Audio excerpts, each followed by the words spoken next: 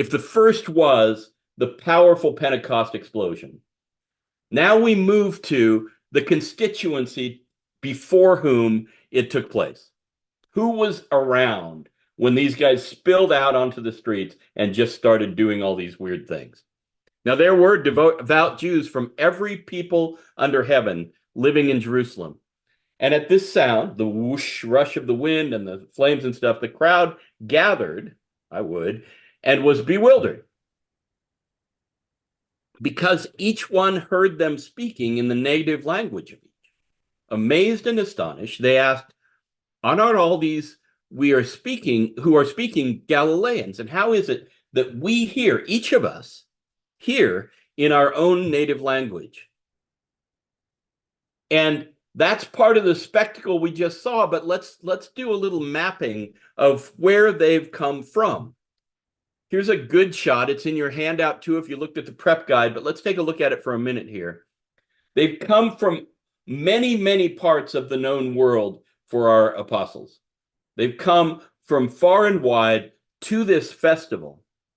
And they've come with their languages and their cultures and their differences and all of those things that make folks different from one another because we live in separate places. And they're gathered in Jerusalem. And I want you to consider for a moment the significance of the fact that God decided to bust things open while there was a UN meeting going on in Jerusalem, right? While people were from everywhere gathered. What does that say about the nature of the church? What does it say about the mission of the apostles in the book of Acts? Just sit with that as we go through this evening and ask yourself, is there a method to this madness that makes God give them this gift of speaking in other languages? That is, all people from around the world are gathered all at once and in great number. The other thing that I want to look at here is its connection with the Tower of Babel. Now, I'm not going to read the whole story. It's on the right. This is a famous rendering of the Tower of Babel on the left. But the Tower of Babel happens in Genesis 10 and 11, really. The nations are laid out in 10, but then the story of how there became nations appears in chapter 11. And in it, the people who were all speaking the same language are suddenly destined by God to speak different languages and be spread out throughout the world.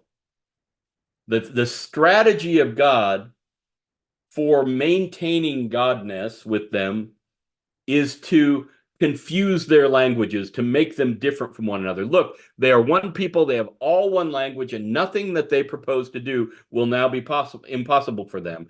And God has seen the kinds of things they do from back before the flood and after the flood. Nothing that they propose to do will now be impossible for them. Come, let us go down, confuse their language there, so that they will not understand one another's speech. So the Lord scattered them abroad from there over the face of the earth, and they left off building the city. Therefore, it was called Babel, because there the Lord confused the language of all the earth, and from there the Lord scattered them abroad over the face of all the earth. Now, in the scripture story, the very next thing to happen is after God has separated everybody out, after God has given people different languages and spread them across the earth, the very next thing God does is call Abram and Sarai and say, I'm going to bless every one of those through you.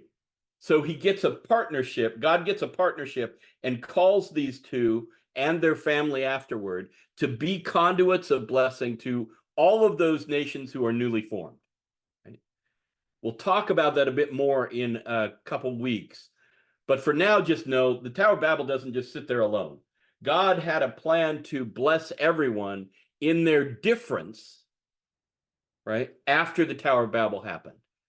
It wasn't just, let's keep them apart and then let them fend for themselves. God's plan was to bless them through Abraham and Sarai and then through Israel and so on and so on. In our setting, the other place to look, if Pentecost somehow, if it doesn't reverse Babel, it at least addresses Babel. Now you've got people from everywhere who speak different languages coming in and all able to understand.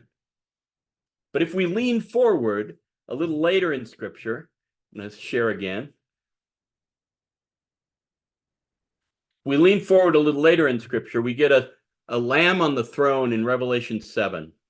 And after this, I looked, and there was a great multitude that no one could count from every nation, from all tribes and people and languages, standing before the throne and before the Lamb, robed in white with palm branches in their hands. They cried out in a loud voice, saying, and I won't go through the whole text of their song, but you see that if Genesis 11 was Tower of Babel, Revelation 4 and 7 present this image of the reunion of the nations in the presence of God, reunion of the languages, and right in the middle of them sits Pentecost. Pentecost as an indicator of how God can bring us back toward one another in spite of difference, in spite of language.